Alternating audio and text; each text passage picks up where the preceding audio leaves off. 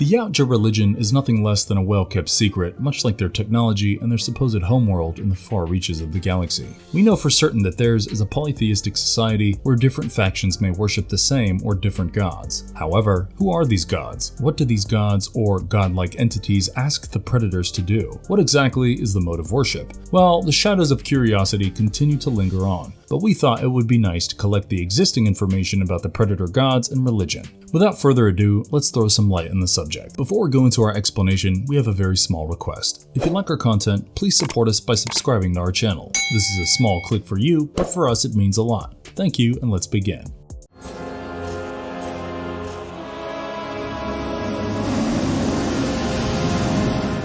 Number 1. Did the Yautja have religion? Within the intricate belief system of the predators lives an intricate polytheistic religion, revealing their devout reverence for their mighty warrior deities. Among these divine figures, the one that stands out is the Black Warrior, an eternal adversary who inexorably emerges victorious from all battles. He is basically the Yautja version of the Grim Reaper, and in the end, even the greatest of Yautja lose the hunt against the Black Warrior. The predators also worship a god called Paya, who is the patron god of hunting and warfare. Paya is a powerful and skilled warrior, and he is said to have taught the predators everything they know about hunting and fighting. The predators honor Paya by decorating their bodies and helmets with images of thunderbolts, which are Paya's sacred symbol. Aptly titled the Conquering Warrior, the Yautja owe him their exploits and the art of the hunt, and the fierce clashes they engage in. But the predators' spiritual devotion extends even further. Often referred to as the warrior god or the extraterrestrial Odin, this guy wields bolts of lightning. The faithful who worship him proudly adorn themselves and their helmets with the sacred emblem of thunderbolts, of course with the blood of xenomorphs signifying their allegiance to the warrior god. But the fact that the predators have gods means that they have religions, and all religions have sermons and paths that their followers should stick to.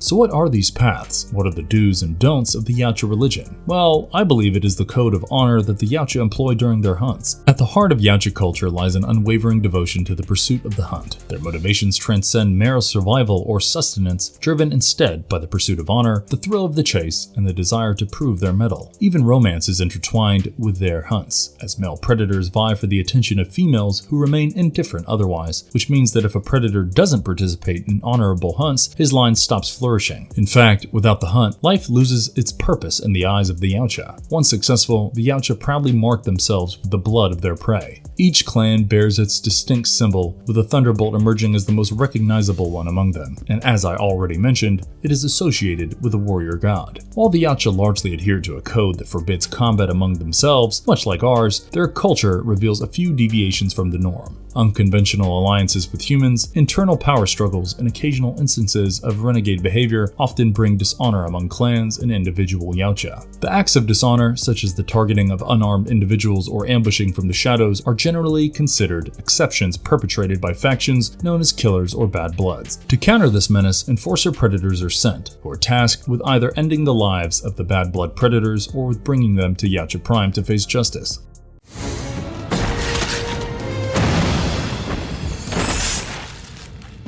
Number 2. Are predators themselves worshipped as gods by others? The Yautja's connection with humanity stretches back to the dawn of time, much like before the events of the original Predator film. We know for certain that they had a profound influence on early civilizations, from the enigmatic Egyptians to the majestic Aztecs, at least according to the Predator universe. But among the shadows of modern-day Buvetoya in Antarctica, a hidden culture remains shrouded in mystery. Once revered as gods by Earth's primitive peoples, the predators imparted sacred wisdom to their human brethren, bestowing the knowledge to construct majestic pyramids that resonate across civilizations. However, these revered structures served a darker purpose, an arena for their blooding rituals and hunts. The Yautja transformed the pyramids and temples into harrowing hunting grounds, and who were the prey? As you rightly guessed, it was the xenomorphs, bred through sacrificial human hosts provided by the civilizations themselves. Every century, the young bloods embarked on this visceral ritual, engaging in primal combat with the lethal xenomorphs. Of course, success demanded the gruesome trophy of a xenomorph head, claimed through hand-to-hand combat, where one mistake or one misstep was the difference between life and death.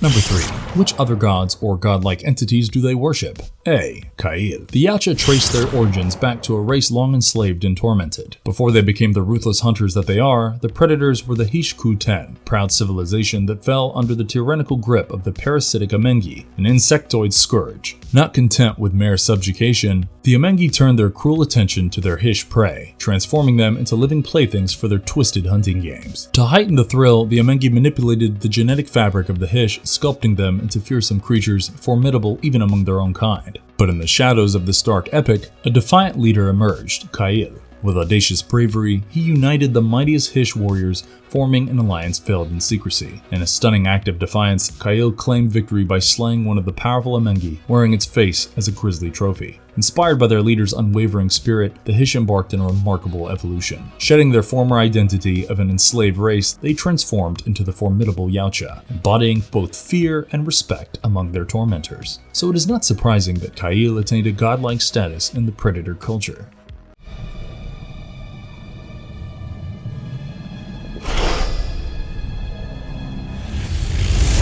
B.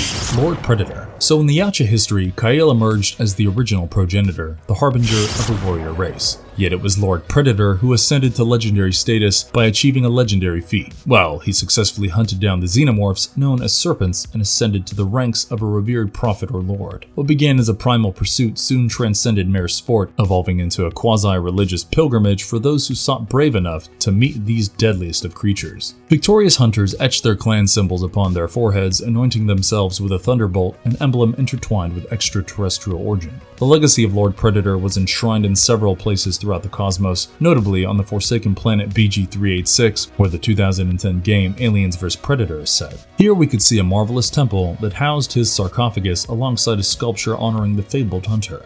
C. Yautja Prime has become a place for pilgrimage. In a vast cosmos teeming with adventure, the predators traverse the stars, leaving their mark of terror on countless worlds. But amidst their far-flung exploits, one destination held a special place in their warriors' hearts. Every few years, they visited the hot and humid planet of Yautja Prime, their ancestral homeworld. Spanning across millennia, this pilgrimage became a sacred rite for every predator. Yet this journey of devotion was no leisurely voyage like it is for most humans. Visiting Yautja Prime was more of a test of their battleships and their own willpower. Arriving here, the predators found themselves amidst a plethora of religious symbols, sanctuaries, temples, and statues dedicated to their divine pantheon. The predator gods and their legendary hunters who would carve their names in their history, such as Kail, Lord, and even the renowned wolf predator, were remembered through statues, and the pilgrims would pay their respects and homage to these statues. But it is important to note that the comics don't really consider Yautja Prime as a place of pilgrimage. Between the pages of the comics, the planet serves exactly what it is supposed to, that is, as their homeworld.